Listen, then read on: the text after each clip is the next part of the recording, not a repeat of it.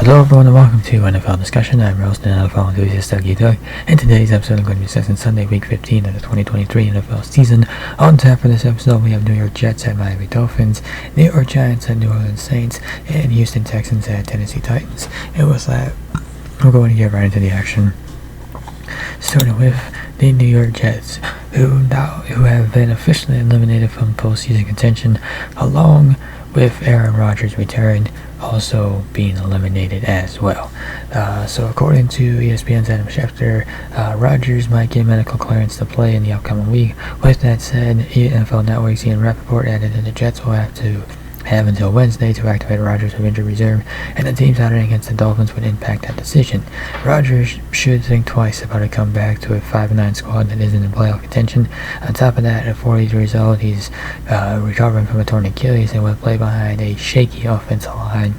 Rather than risk another injury, Rodgers should consider the big picture and think about 2024 and beyond. He has little to gain in returning to a losing non-playoff season in New York. Based on Rappaport's report about Rodgers weighing Sunday's game into his decision, don't expect him back in 2023. So yeah, not only the Jets been officially eliminated for postseason contention, but Aaron Rodgers' return has been eliminated for this season as well. And truth be told, it was always a long shot for him to make it. And even if he could return, the Jets were never going to be competitive with Zach Wilson under center. He went down with a concussion, so his status is up in the air. And it's either going to be him or Trevor Siemian starting next week. And either way, it doesn't really matter at this point who starts for the Jets, because their season is, well, it's not officially over, but it's close enough to over. Miami Dolphins. So over the next 3 weeks, they have opportunities to prove that they are not playoff pretenders, because beating the Jets 30-0 doesn't really prove that you're not a playoff pretender. Granted, we'll have to give this team some credit. They did get this one without some key players, notably Tyreek Hill. And even without Tyreek Hill, the Dolphins had an on-brand performance with a dominant showing against a sub-500 team, but they'll face tougher competition in the final 3 weeks of the regular season with the Cowboys, Ravens, and Bills on the slate. Though Miami may get some of its key starters back in the short term, Connor Williams, their center, isn't going to return this season, and Robert Hunt, one of their offensive linemen, has sat out consecutive outings. Tyreek Hill may not be 100% by next week, with only one win against a team that currently has a record of 500 and better. We're going to find out the Dolphins have what it takes to finish this campaign as legitimate playoff contenders while they work around the injuries that they currently have. So yeah, we'll see what next week brings. Hopefully at the very least Tyreek Hill can be back, but considering the fact Jalen Waddle had a 100-yard game, maybe they'll get by, but better to have Tyreek than not to have Tyreek. New York Giants. So there might have been some thoughts about a miracle playoff run based off recent momentum, but you can go ahead and scratch that out. There's no miracle run, playoff run for this Giants team. And the reason why that was thought of was because in the previous 3 contests, the Giants looked similar to the team that exceeded expectations last season and earned a playoff berth. Between weeks 11 and 14, the Giants featured Tommy DeVito, a quarterback with a dual threat skill set as a complement to an opportunistic defense to grind out victories. Like Daniel Jones last year, he made plays with his legs to pick up first downs and his arm with accurate throws, while the defense limited the opponent's scoring opportunities and forced turnovers. On Sunday, DeVito's head hit the ground and he went into concussion protocol. Tyrod Taylor would replace him. Meanwhile, Big Blue's defense didn't force a turnover and allowed the Saints to convert on 6 of their 12 third down scenarios. For a few weeks, there was something brewing in East Rutherford, New Jersey, but the defense unfortunately did not make the trip to New Orleans, and DeVito took 7 sacks behind one of the league's worst offensive lines. The Saints essentially slammed the door on the Giants' postseason hopes. Now, DeVito was able to return to the game. Probably shouldn't have returned to the game considering the ass kicking he was taking behind that offensive line. And he certainly played a little bit reckless in this game, but then again, that's understandable considering the amount of pressure in his face. So it was a feel-good story for Tommy DeVito, but I think this was a reminder here that the Giants are still pretenders, and a nice 3-game stretch from Tommy DeVito was never going to change that. New Orleans Saints. So Jimmy Graham might be their cure for red zone wolves. Saints quarterback Derek Carr has struggled in the red zone throughout his pro career, but the Saints have scored 9 touchdowns in the past 10 trips inside the opponent's 20-yard line.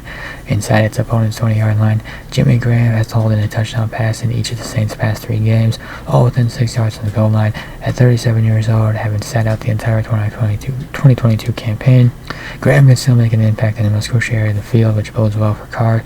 Assuming Carr continues to find Graham in close quarters to seal drives, Dolphins could increase its offensive efficiency while still in the hunt for the NFC title. Granted, still think it's unlikely that they win said NFC North title. Buccaneers look like the front runners for that. Granted, I think the Buccaneers and Saints play next week? Ooh, should have looked that one up.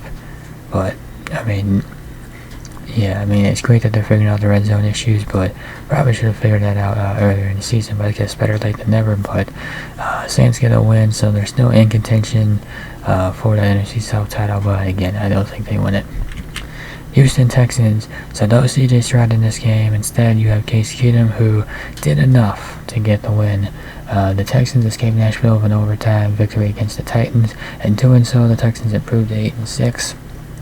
And find themselves tied with the Bengals and Colts for the last 2 wildcard playoff spots. And also, they might have leapfrogged the Jaguars for first place in the AFC South, maybe, because I know the Jaguars lost on Sunday Night Football, and I think the Jaguars now have a 8-6 record as well. So not only are they tied for a playoff spot, but I think they're also tied for the South as well. Let me pull up the standings real quick. No, they're not. It's a 3-way tie. So yeah, the Jaguars, Colts, and Texans are all 8-6. Texans are currently in 3rd place, so never mind. They're just tied, but nonetheless, they're still tied for those 2 wildcard playoff spots. What makes the latest effort from the Miko Ryan squad so impressive is C.J. Stroud didn't play Sunday since he's still in concussion protocol. Houston turned to veteran Case Keenum, who accomplished his primary mission, which was to keep the team afloat when the franchise quarterback wasn't available. Keenum threw for 229 yards, a touchdown, and an interception, despite being without his top 2 wide receivers in the lineup. The 35-year-old single collar's experience, and he understood how to handle the team in Stroud's absence. Instead of falling behind the game, Keenum helped his team stay in the thick of things. He, simply put, he did his job. If Stroud is clear this week and Houston finds himself in the postseason, they can thank Keenum for his work in Week 15. Tennessee Titans, with a loss here, officially eliminated from postseason contention. And this loss does change things for the Titans. For example, the final 3 games aren't necessarily about winning anymore. Instead, it will continue the evaluation of Will Levis if he's on the field. Tennessee might be sold on him and decide to sit him after the leg injury suffered during overtime. Granted, Levis said afterward that he initially thought it was worse than it really was. The Titans face a decision to play Levis next week against the Seahawks, or sit him and not allow the shoddy offensive line to allow any more damage to him. Now, it's not about the next game, it's about getting to the next year and properly building this team so it can get back to postseason contention after 2 straight losing seasons. So I think you still do, if Levis can go, still play him, give him these last 3 weeks to close out the season and see what he can do. I think it was last week I talked about the Titans sticking with Will Levis as their guy next season, and I still stand by that. I think Will Levis can be your quarterback going forward. He's your quarterback going forward, and just keep your efforts to building up the roster around him. DeAndre Hopkins was a good addition to the offense, but I think there's more you can add to it on offense, on defense. No reason to get rid of the coach. Mike Vrabel can still get the job done. So kind of close out the season, make your decision on Will Levis, and then move on and then take it from there. And with that will wrap up this episode of NFL Discussion. If you enjoyed this episode, be sure to hit that like and subscribe button down below.